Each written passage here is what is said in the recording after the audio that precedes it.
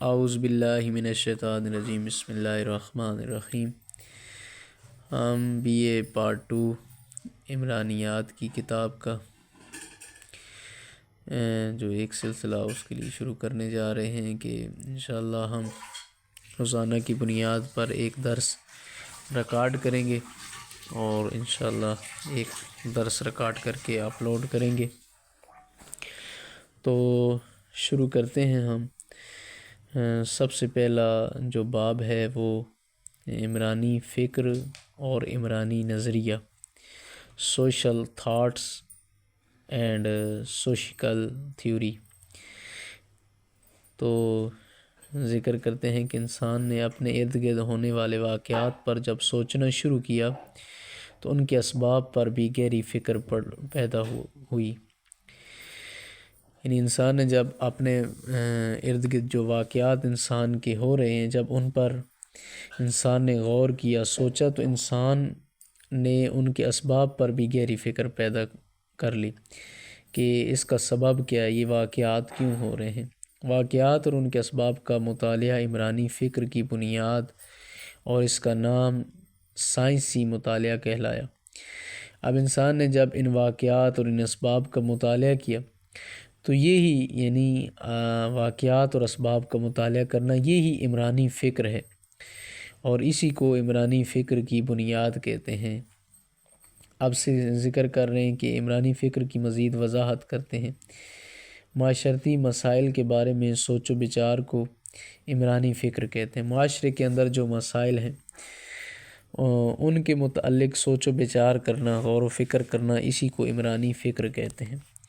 معاشرتی زندگی میں ہونے والے واقعات، حالات اور مسائل کو سمجھنے کے لیے گہری سوچ و بچار کو عمرانی فکر کہتے ہیں۔ یہ فکر ایک فرد کی بھی ہوتی ہے اور زیادہ افراد کا بھی معاشرتی زندگی کے مسائل کو سمجھنے کے لیے معاشرے کا ہر فرد بے چین رہتا ہے تاکہ مسائل سے بچ سکے۔ عمرانی فکر ایک خودداد صلاحیت ہے جو اس فرد میں پائی جاتی ہے جو گہری سوچ کا مالک ہو اور حالات و واقعات کے اسباب پر غور و فکر کرتا ہو۔ ایسے لوگ معاشرے میں چند ہوتے ہیں، انہیں ہی مفکرین کہتے ہیں۔ اب علم عمرانیات کی روح سے مفکر کسے کہتے ہیں؟ وہ شخص کہ جو معاشرے کے اندر جو مسائل ہیں ان کے متعلق غور و فکر کرے، ان کے اسباب کو تلاش کرے اور ان کے اسباب کو تلاش کر کے ان کو دور کرنے کا طریقہ ذکر کرے کہ ان مسائل سے کب بچا جا سکتا ہے۔ تو یہ شخص جو یہ سارے کام کرتا ہے اسی کو علم عمرانیات میں مفکر کہتے ہیں۔ اب یہاں پہ مزید اس کی عمرانی فکر کی تعریف ذکر کر رہے ہیں کہ جو بوگارڈس کے مطابق ہے کہ سماجی فکر ایک یا چند افراد کی معاشرتی مسائل کے بارے میں سوچ بچار ہے۔ اس کے نشانات صرف تاریخ میں نہیں ملتے بلکہ موجودہ دور میں بھی پائے جاتے ہیں۔ آگے اسی طرح رولن چیمبلس وہ ذکر کرتے ہیں کہ عمرانی فکر انسان کے آپس کے تعلقات سے پیدا ہونے والی صورتحال کا مطالعہ ہے۔ اور اسی طرح آگے ذکر کرتے ہیں کہ عمرانی فکر کے پھر مراحل ذکر کرتے ہیں۔ عمرانی فکر کے مراحل کیا ہے؟ سب سے پہلے جو ہے عمرانی فکر بنیادی طور پر 3 مراحل سے گزری ہے۔ فیزز آف سوشل تھاٹ، سب سے پہلے جادو ہے، میجک۔ انسان سب سے پہلے جادو پر اعتقاد رکھتا تھا۔ وہ واقعات پر حیران تھا جو قدرتی طور پر اس کے ارد گرد رونما ہوتے تھے۔ بارش، ہوا، گرج چمک، طوفان، زلزلہ، سورج و چاند کی حرکات اور موسموں کا تغیر و تبدل، زندگی و موت، نباتات، دریا و پہاڑ، یہ سب اس کو حیرت میں ڈالے ہوئے تھے۔ وہ ان کو سمجھنے کے لیے بےتاب تھا۔ اس نے اپنی تسکین کے لیے بہت سے حوادث کو اتفاقی قرار دیا اور جو طاقت ان واقعات کی ذمہ دار تھی اسے جادو کہا۔ جادو اس کے نزدیک ایک ایسی طاقت تھی جو بلا وجہ کسی واقعے کو کر سکتی تھی۔ ایسی طاقت جنوں، بھوتوں، پریوں اور دیووں میں تصور کی جاتی تھی۔ ایسی طاقت کے حصول کے لیے بہت سے طریقے اختیار کیے جاتے اور اس طاقت کا نام جادو تھا، اور اس کے حاصل کرنے والے جادوگر کہلاتے تھے۔ جادوگر معاشرے میں اونچا مقام رکھتے تھے، ان کا وجود دوسروں کے لیے خوف کا باعث بھی ہوتا تھا۔ لیکن انسان کو پھر تسکین نہ ہوئی اور وہ ان حوادث کو نہ سمجھ سکا جو قدرتی ماحول اس کے ارد گرد رونما ہوتے رہتے تھے۔ وہ بیماروں سے ڈرنے لگا، لیکن علاج کے لیے جادو کے طریقے اختیار کیے، پھر بھی موت کو نہیں ڈال سکا۔ بالآخر موت واقع ہوئی تو جادو پر سے اعتماد اٹھ گیا۔ اسی طرح بے شمار واقعات زندگی میں تھے جن پر جادو کے ذریعے ضبط نہ کر سکے۔ کچھ تجربات تو مشاہدات کے دور میں بھی بیت چکے تھے، اس لیے تاریکی کا دور ختم ہوتا جا رہا تھا، اور تجربات و مشاہدات کی کچھ کرنیں اس کے تفکرات کو بدل رہی تھی۔ اپنے مشاہدات کی روشنی میں اس نے محسوس کیا کہ جادو کے علاوہ ایک عظیم قوت کار فرما ہے جو ان تمام حوادث کی ذمہ دار ہے، جو انسان اور فطری کائنات میں ہر وقت رونما ہوتے رہتے ہیں۔ اس عظیم قوت سے روشناس کرانے والے افراد کو اس کا مقرب قرار دیا اور اس کا نائب سمجھا، جو اس کے پیغام رساں یعنی پیغمبر کہلاتے تھے۔ اسی طرح مذہب کی ابتدا ہوئی۔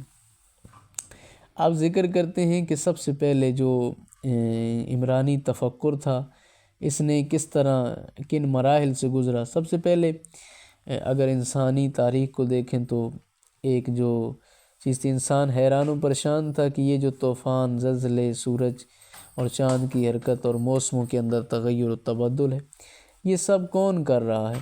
تو انسانوں نے ایک جو ہے فرضی مخلوق اور ان کو سمجھ لیا، وہ بھوت، پریاں، دیو۔ جنوں کا تو وجود حتمی ہے، قرآن کریم کے اندر بھی ذکر ہے جنوں کا، لیکن باقی یہ جو مخلوقات ہیں، بھوت، پریاں اور دیو، یہ فرضی مخلوقات، ان کا کوئی وجود نہیں ہے۔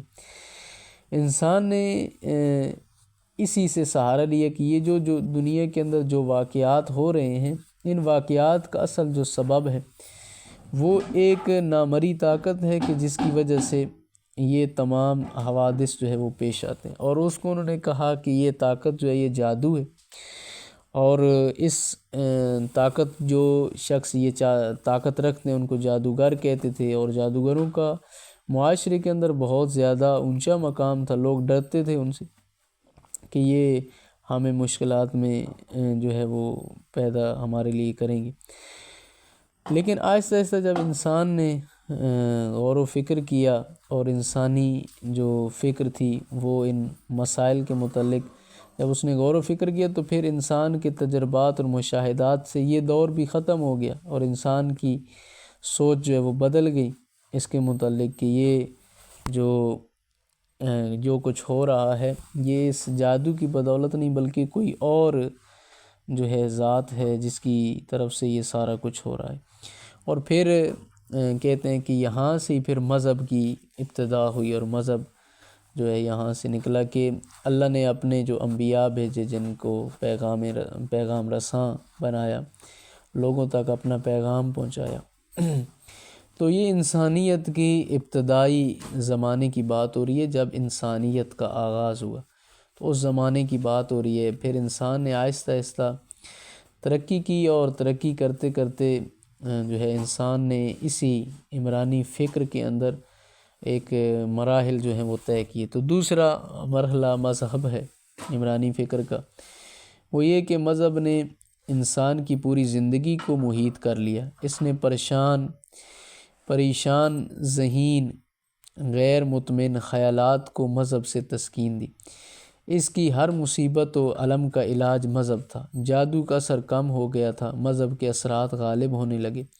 اپنے گرد کے واقعات کو سمجھنے میں مذہب کا استعمال کیا جانے لگا۔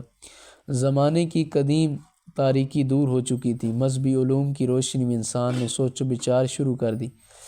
وسطی دور تھا، اس دور میں عیسائیت اور اسلام دو بڑے مذاہب تھے۔ اللہ کے برگزیدہ بندے غور و فکر کیا کرتے تھے۔ قرآن کریم میں اللہ تعالیٰ فرماتا ہے وَهُوَ الَّذِي مَدَّ الْأَرْضَ وَجَعَلَ فِيهَا رَوَاسِيَ وَأَنْهَارًا وَمِنْ كُلِّ ثَمَرَاتٍ جَعَلَ فِيهَا زَوْجَيْنِ اثْنَيْنِ لَيْلًا وَنَهَارًا إِنَّ فِي ذَلِكَ لَآيَاتٍ لِقَوْمٍ يَتَفَكَّرُونَ۔ سورہ رعد آیت نمبر 3 ہے۔ تو اس میں ترجمہ ہے اس کا، وہی ہے جس نے پھیلائی زمین، وہی ذات ہے، وَهُوَ الَّذِي، وہی ذات ہے کہ مد الارض، جس نے زمین کو پھیلایا، وَجَعَلَ فِيهَا رَوَاسِيَ وَأَنْهَارًا، اور وہی ذات ہے کہ اور رکھے اس میں بوجھ اور ندیاں اور ہر قسم کے میوے رکھے، اس میں جوڑے دو دو قسم کے، یہ اللہ نے یہ سارے جو ہے کام کیے۔ اور اسی طرح ڈانپا دن پر رات کو، اس میں نشانیاں ہیں جن پر غور و فکر کرنا چاہیے۔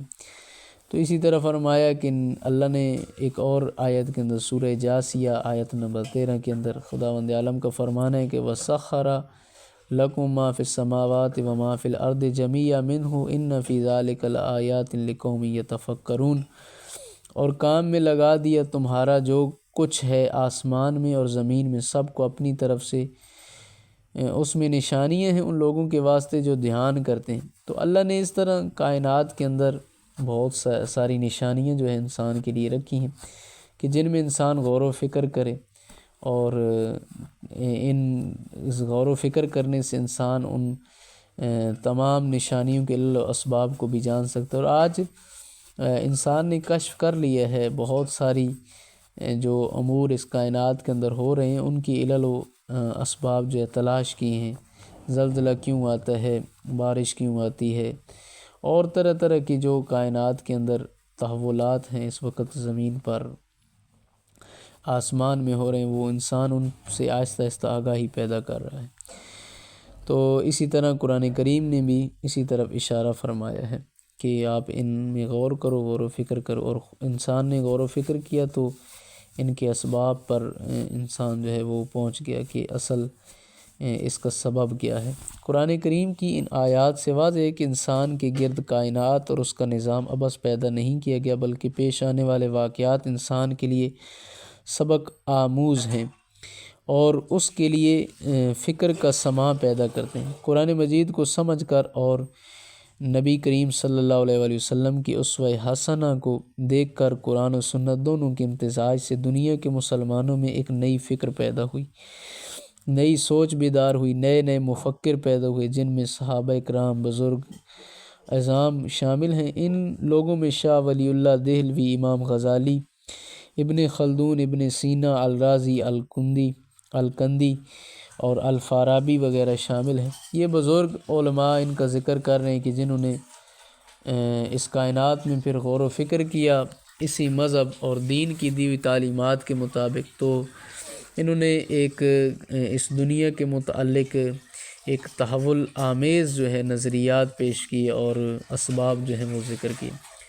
وسطی دور، مڈل ایج جس کو کہتے ہیں، میں مذاہب کا زور رہا، مذہبی نظریات وجود میں آئے، مذہبی عقائد کی پرورش ہوئی، جادو کا اثر گھٹ گیا اور کائنات کو سمجھنے میں انسانی مذہبی علوم کو بروئے کار لایا۔